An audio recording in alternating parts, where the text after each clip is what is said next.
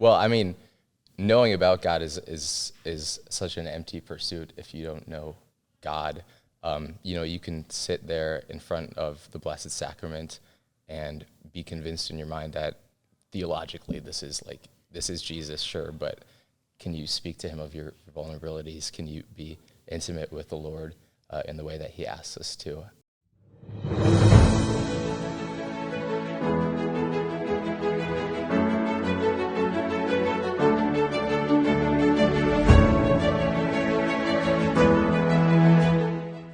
Ladies and gentlemen, welcome back to another Vox Pauli episode. Thanks for tuning in today. Today we have a very special guest.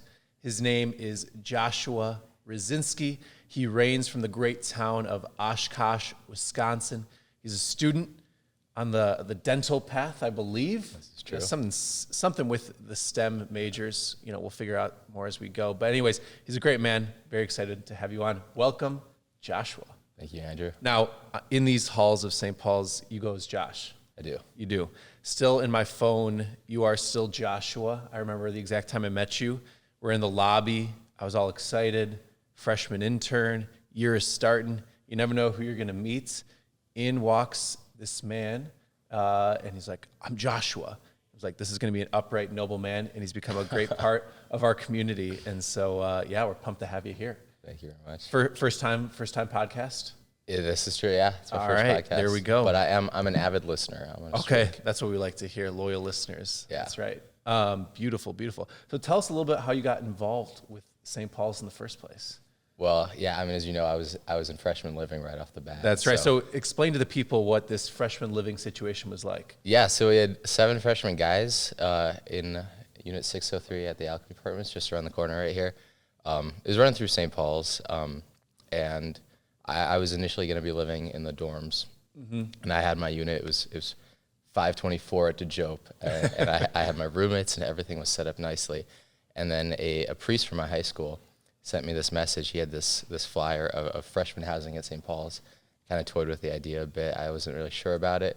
Figured I'd give Chris Chafton kind of just a cold call and see how it went.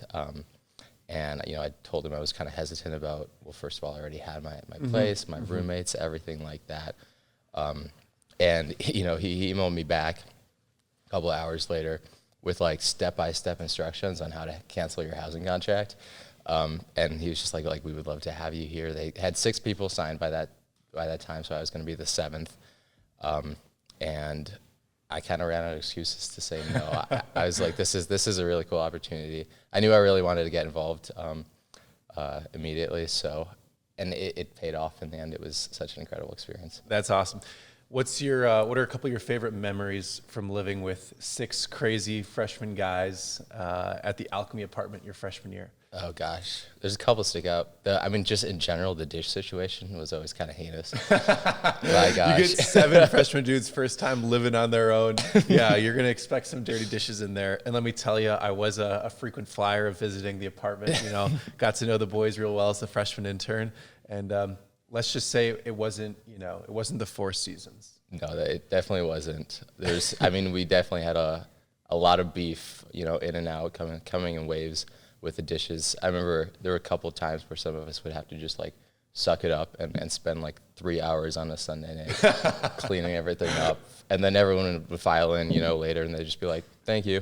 And then within about 2 days, it'd be back. It never lasted. Yeah, my good friend Tim Sweetlick, we lived together one year with 11 other guys, and he used to like to say, every man wants to be Saint Joseph, head of the Holy Family, terror of demons, but nobody wants to do the dishes. That's true. Very true. It's true. It's a very, it's a good test of where's your virtue at? Where's your virtue? How are you with cleanliness? How are you with being orderly?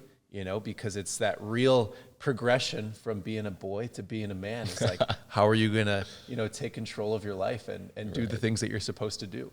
Right. Yes. There's the quote in the rectory. I forget what it is. From Mother Teresa. Yeah. How does that go again? Oh, gosh. I can't pull it up. We're going to put Producer Kennedy on it. Producer Kennedy will get us the quote. It's do the dishes something along the lines of just because you love the person. Oh, you love the who's person that's next. going to use the plate next. Yes, That's what it is. exactly. That's what it is. Yeah, do the dishes because you love the person that's going to use that plate next. Shout out Mother Teresa. Amen. Great saint. But anyways, going back to your story. So if you wanted to get involved in St. Paul's, you wanted to get involved in Christian housing initially, you had to have had some sort of spark, in high school or in your childhood. So tell us a little bit about that and how the faith was formed in you. Yeah. So I was raised as a cradle Catholic, and I mean it was kind of a non-negotiable in our household that we would go to Sunday masses. My dad would pray with us before bed each night, stuff like that. I don't know if it really bore much significance in my life. It was kind of just like the cliche of going through the motions and everything else, and I never really disseminated it or really thought very actively about it. There were a couple experiences I remember when I was younger that got me really actively thinking about it. I went on a retreat when I was like 11. This was in the Netherlands. Okay. It was run by Life Teen. It's kind of a big international thing. We had some people from Scotland, some people from Germany, Polish people, Spanish, and whatever else. And we got together, and I think that's the first time I started really actively thinking about it. I remember very vividly sitting in adoration one of the nights there, and just being really struck by it. But that kind of faded when the retreat high left, And Of course, yeah. It's kind of like that situation's like a modern day Pentecost. You got people from all over the world, different languages. They all come in. The Holy Spirit hits them. You're hit with the Holy Spirit. But then, just like the apostles when they left, wasn't all glory. Peter was crucified upside down. Paul's imprisoned. The rest of the apostles, they go out around the world. Some are skinned alive. Some are starved to death. And that was kind of like you go back in the real world, what happens? Yeah, and then it just kind of like faded. Sure. It was gone for a couple of years there. Of course, we're still the family's still Catholic and everything. And then I think somewhere later, I don't know exactly what prompted it, but I just started thinking about it a lot more in a sense of like, how can I rationalize this to myself? Like, does God exist? What arguments exist for both sides? And I remember I would do my chores and my yard work and listen to like podcasts and stuff like that, arguing for both sides. So I would say by the time I was like 14, 15, 16, something like that, I was probably convinced that God exists. And I heard a couple really valid arguments for Christianity, and I had gone through Sunday school when I was younger, so I knew a lot of of kind of the nuances of the faith. That kind of persisted throughout high school. There were a lot of things about the way I was living that I really wanted to change, and I think my faith really provided a basis for why that would need to change. But I think the big thing that I lacked, and this is what St. Paul's really gave me, is that at that point I knew a lot of God, but I really didn't know God. I didn't have a prayer life. I didn't have a community around me that fostered that in me. And so that's something I really took away from just especially within those first months at St. Paul's. Started attending morning prayer and masses here and there where I could. My FIG was really instrumental to that. Yeah.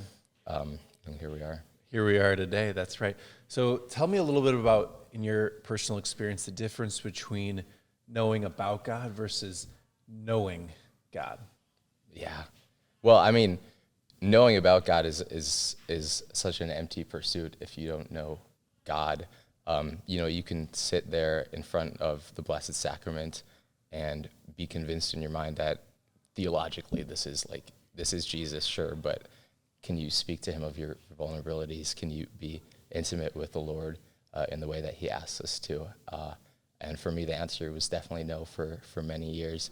There's a lot left to be hoped for. I saw it in people around me, and I saw what they had, and I really wanted that because they were just different than what I had known, especially at my high school. I mean, I went to a Catholic high school that was in some ways not very Catholic, and then I saw some of the coaches and the teachers, and especially like here on St. Paul's, people that I looked up to in that regard, and that really drove me to pursue that.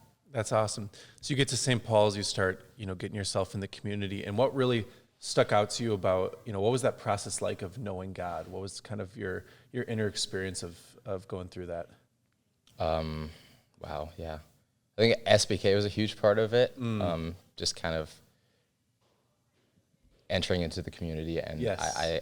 I remember vividly kind of hearing these stories from people who at that point to me were just complete strangers, and they were so vulnerable about what they had gone through, and how despite their brokenness they would still pursue what is right in God's sight.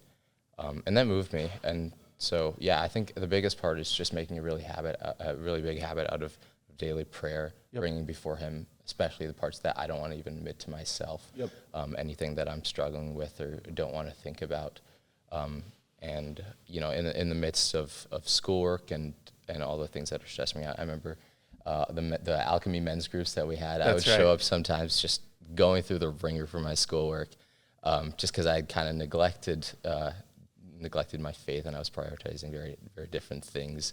And so it comes in waves, but it's been a great journey. Yeah, your story is a true testament that, people's testimony in their own faith journeys is the best evangelical tool that you have out there. You mentioned it yourself, but you'd heard these arguments for why God is real. You've heard these arguments why Christianity is, the best route to salvation. You believed these things, but you didn't really truly know God. And what people's testimony does, it really opens you up to, this is what they were going through. I see myself in their story. And just their sheer vulnerability and letting, you into their deepest parts of their heart, the deepest parts of their life, all the sorrows and the trials and tribulations that they went through, and how Jesus seeped into those things. And that's what, a true testimony does, is it allows you to see, what did Jesus Christ do to your life? Like, how did He change you? Each person's testimony is their own biography of, how this person, Jesus of Nazareth, whom we believe and call God, changed their lives. Yeah, that's beautiful. So go back a little bit in your background. You didn't just go on a retreat in the Netherlands for no reason, right? And so go back in your story. Tell us about, where you grew up and what that was like. Well, yeah. I mean, I'm sure you've heard people call me German Josh. So I grew up in a military family in Germany. My dad's American, my mom's Filipino. And after he finished training in Texas, they moved to Germany. And the plan for them was to have like an extended honeymoon. And they ended up staying for 20 years and having 4 kids. So myself and my 3 brothers were all born in the same hospital in Germany. So 4 boys in the family. There are 4 boys. All right, there's a lot of testosterone in that house. There's a lot going on. Your mom must be a tough woman. She's a fighter for sure. But yeah, so I kind of I don't know exactly why. I wanna ask my dad, but he just decided to put us into German public school rather than the American military school that they had on base. So that was a cool experience though, because I learned the language, kind of grew up immersed in the culture and everything. And then when I was 16, we moved to Oshkosh. It was a bit of a culture shock, of course. Yeah, going from the beauties of German life to Oshkosh, Wisconsin. That's where it's at. People don't understand. Yeah, what was that culture shock like? What were the biggest differences that you kind of noticed? Well, I mean, just the way that people behave. Americans are so friendly and outgoing. They make small talk all the time, and they just, people have a real concern for you. Like they really care for you. Germans aren't that way. And I think I wasn't that way initially, so it took me a hot minute to get used to the way that people behaved. And then just minor things about the culture that I didn't understand. I didn't know the rules to American football when I moved here. I remember sitting in my room watching a YouTube video to help me understand before I attended one of our first home games for my high school. That's hilarious. Yeah, and the first time at a Costco, let me tell you, that was unreal. I was just like, I was there with the whole family was there. My dad and my mom had been before, but like it was just, I was in awe. No, Costco is really what America's all about. I mean, you can buy anything and everything there. First of all, you come in, you've got salespeople, they're selling bathroom tiles. You've got people selling a shower door. You've got people selling you, buy this sauna for your health, right? Then you walk through the pharmaceutical aisles. So, get all, get your pharmaceuticals, classic American thing. Then you go through, you got the protein shakes, you got all the protein. Then you get to the food, all the canned stuff, all the brands that you could think of. Of course, you have American competition, American capitalism. So you've got, the Kirkland private label versus your name brands. Of course. Then you go back, you've got the butcher shop. We love the butchers here in America. You've got the bakery, any baked good you want. Of course, you can't forget about the rotisserie chicken, $5. I think I saw that Costco has a $1 billion plant somewhere in Nebraska. It doesn't get much more American than that. You go through the checkout aisle. It's a surprise if you can, get out of Costco without spending at least like $500. Oh yeah. Yeah. And then you always have to stop for the pizza or the hot dog. Oh, of course. Yeah. The $1. Yeah. A $1.50 hot dog, of course. And let's not, we forget the samples. Oh yeah. Yeah. The sample experience, of course. I remember how fun I used to go with my mom to Costco. You'd go through all the aisles, you get the samples, you'd beg your mom to get it. It's a true American experience going to Costco. Yeah. It's got everything you need.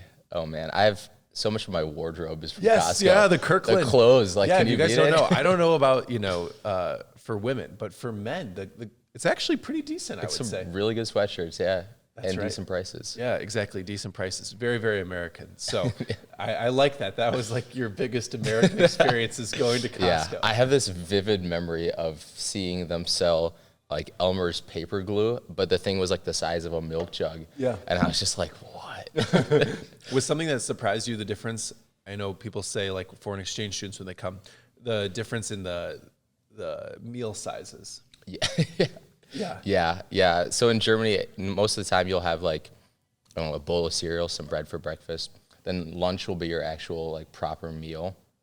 You'll have, I don't know, like pasta or something.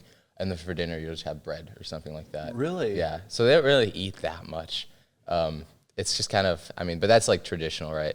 And then here in America, like everything is a proper meal. Breakfast is like, you have like eggs, sausages, bacon, whatever else. Yep. Lunchtime tends will be a bit smaller, but then dinner is like, go all out. You go all out.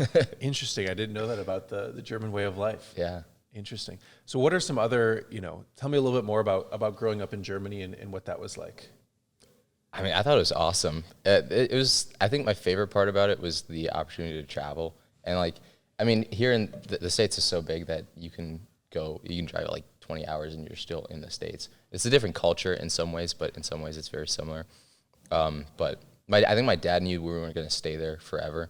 And so he would make a really big point to have us travel as much as we could. Every break that we had, we'd hop in the car and drive to, I don't know, like Slovenia or something, and just kind of explore the place, see the culture. It's there's so much variety to the place and so many cool things that I've been blessed to see. I love it when I open my computer or something like that, and there's like the Windows background. I can be like, I've been there, because it's all within a couple hours drive.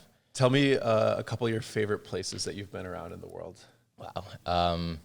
Slovenia was a big one. Slovenia is totally underrated. Nobody ever thinks I'm going to go to Europe and I'm going to go to Slovenia. But it's got just incredible nature just in the foothills of the Alps, and a really cool culture too. Portugal was a big one when I went to, that was in like 2019, I want to say. Just Lisbon and some of the churches there are magnificent. Mm-hmm. Poland was cool. Poland's also really underrated. A lot of church history, a lot of really cool saints who've come out of Poland. Most definitely. Going back to, we just watched the St. Maximilian Kolbe movie, Triumph of the Heart, here at St. Paul's, and I think it was the next day I go to this Men of Christ conference, and our great Bishop Donald Hine, was giving this talk about one of the saints that he had mentioned was St. Maximilian Kolbe, and he made the great point that in Poland, within a 30-mile radius, all living at the same time, are three titans in Catholic sanctity: St. Pope John Paul II, St. Maximilian Kolbe, and St. Faustina Kowalska. And it's absolutely insane. Just as they say, like the people that are closest to you become like them. Yes. So the Polish way of life. Yeah, definitely three saints who've. I have a big devotion to. I love the Divine Mercy Chaplet. So shout out St. Faustina for that, and then of course Maximilian Kolbe, just a beast. Yeah, absolute beast. I mean, what can you say about JP2? Also just a Right. beast. That's right. That's right. Yeah, tell me a little bit about your devotion to the Divine Mercy Chapel. You don't hear that all that often. Yeah, I really started that last year, and I try to pray it. I mean, it's about 5 minutes, 5 to 7 minutes, which is like the exact amount of time that it takes to walk to most of my classes. So I just rip that out and rip a Divine Mercy Chaplet whenever I have the chance, and I love to offer it up towards some cause that I feel strongly about that day. Sometimes I double up, but I started that last year after SBK. I forget exactly what prompted it, but I'm a big fan. So tell me a little bit more about that devotion and what is kind of behind it. Well, yeah, I mean, like I said, it's always for some petition. I really I love just meditating upon those words, for the sake of the sorrowful passion, have mercy on us and on the whole world. It's such a beautiful phrase, especially during Lent, that I really picked that up last year. I made that one of my resolutions for the season.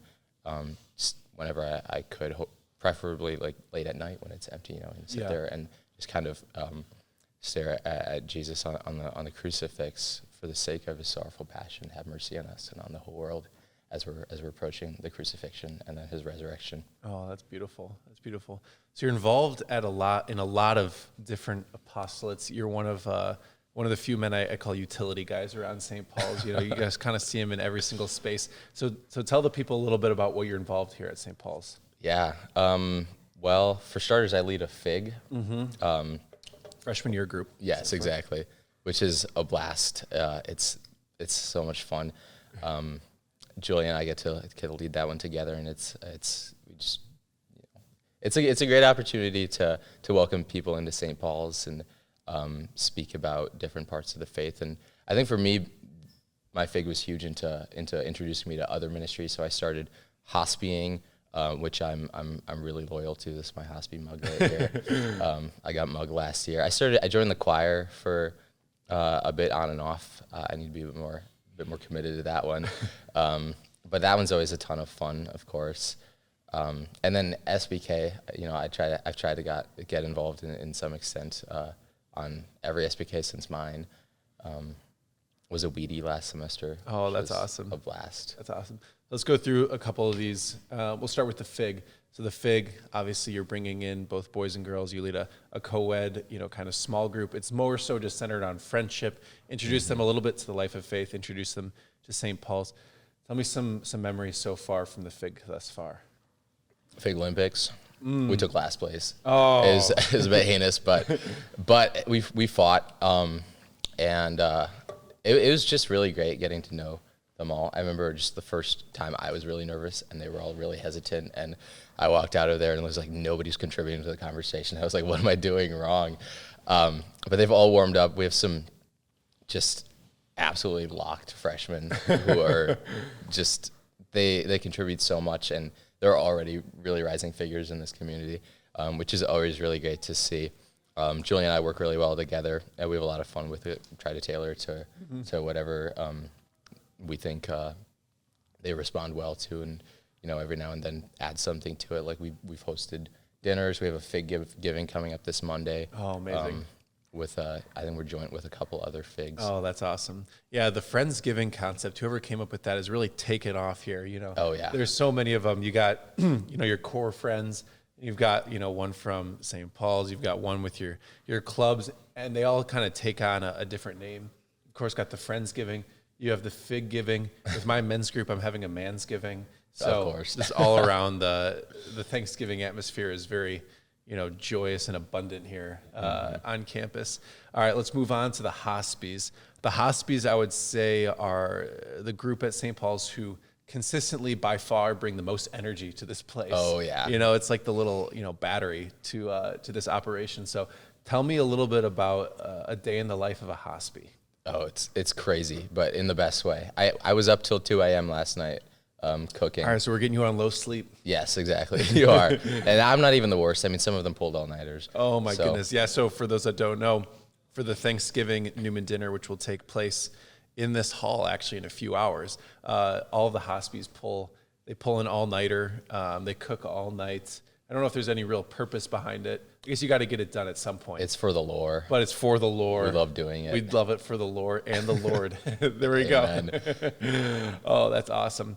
Yeah. So what's it like, when there's a Newman dinner? What's kind of the process of getting that whole thing done for, cooking a meal for 200, 300 people? Just full send. I mean, people are in there from, I think Maggie and Phil are in there starting afternoon mass. Yep. And then people just kind of show up as they're able. I get out of class at like 3 something. Usually book it straight over here, don an apron, and by that time we already got like 20 people, 25 people. It's always really full, and everyone's just chugging away, chopping vegetables, stirring pots, setting up Newman Hall, and the music's on full blast, and everyone's having a good time. Yeah, that's awesome. So good, so good. Moving on to your personal life a little bit. So what are you even studying here? I don't know. So my majors are biology and zoology, and then my certificates, I just picked these up for the fun because I had room in my schedule. I'm a German certificate and a fermented foods and beverages certificate. Okay. Who knew they offer it? I found it on the list. You could be, a German teacher that makes sauerkraut that, also knows about animals and a little bit about, this place we call life. Yes. And after all that, the plan is to go to dental school. All right. Somehow it fits together. Yeah. So why do you like teeth? Well, yeah, no, okay. I don't know what it is specifically about teeth, but just dentistry in general. My family's a healthcare family. Mm-hmm. I thought about going to medical school for a while, then kind of just shied away from that idea because it's a long journey. Yep. And I think my dad was on the job at the time. He was 32. I'm not trying to do that, frankly. So yeah, dentistry kind of found a good balance in between those two. Awesome. What? Tell me a bit about your favorite saint. Favorite saint? Wow, it's a dense one. Well, my confirmation saint is Saint Anthony of Padua, who is super cool. I actually don't know much about him. Honestly, I think in 8th grade I just didn't care enough. Sure. He's the classic. You got something lost, right? Yeah, exactly. Yeah. I forget I learned in Sunday school, it was like, Tony, come around, something's lost, it can't be found. So, pull that out when you can. But so he's great. I don't know if I have that great of a devotion to him. But definitely, like I said, the Divine Mercy Chaplet, and then also St. Maximilian Kolbe, mm-hmm. which to me is like just such an incredible story. The movie, like you said, was very moving. And there are just a lot of ways that I think I've learned from him. Yeah, beautiful. What have you learned about, you're a part of a bunch of different groups. You have an awesome friend group. All of you guys in the sophomores is awesome. What have you kind of learned about friendship and community in your time at St. Paul's? Oh, yeah. This is definitely, hit the fan now living at the Carroll House, where we're just kind of like in very close quarters, and everyone is... you kind of have to deal with each other. Yeah. I would say, especially with my current roommates, some of us probably would not interact outside of the house, but we get along really well in most ways, just because you kind of learn to respect each other for each other's preferences and some of the ways that I've learned what annoys other people, and we kind of stay out each other's way for that. But also just kind of being really vulnerable with the guys, being able to talk about things that are on our hearts, and of course hyping each other up when things go well in our lives is always just a ton of fun. That was definitely the lore at the Alchemy last year. All the time there'd be something going on, everyone would know immediately, and we'd call emergency meetings. Yeah, emergency meetings. And that fifth bedroom, I don't remember, the little impromptu chapel that we had set up there, and we just sit there and talk for hours, which is probably one of my fondest memories of living there. Yeah, I think that's a beautiful part of community living, is you just live with these people that you would probably never interact with. Yeah. And you're just forced to, get along or fight with them, whatever it is, but you're just forced to live together. I think there's a beauty in that you don't always just get to, choose and pick who you want to be with in life, but God places them in your hands to try to make each other better and get along, which is pretty awesome. Absolutely. Yeah, well, as we come to close, my last question I got for you is, if you had a message for yourself as you're entering into college, what would you say? Gosh. Wow. I think I definitely would have told myself not to overload because I just started joining a ton of stuff. And also just kind of to take it in stride. I was way too serious back then. I think. Was that German self coming out? Oh yeah. I was a go-getter, and now I'm a lot more laid back about, especially school. It's in the end, it's like, it's whatever. I'll get to my job eventually. That's right. But there's a lot of other things that matter. My friendships, my faith, my personal hobbies. It's not all revolving around school. So I would just encourage myself to take it in stride, enjoy the process. I only get 4 years of this. So just make the best of it. Let's make the best of it. Amen, brother. Well, Josh, thanks for coming on today. Really appreciate it. Mm-hmm. Everyone, thank you so much for listening. We'll catch you next time. St. Paul. Pray for us. There we go. And with that, Pax, Godspeed.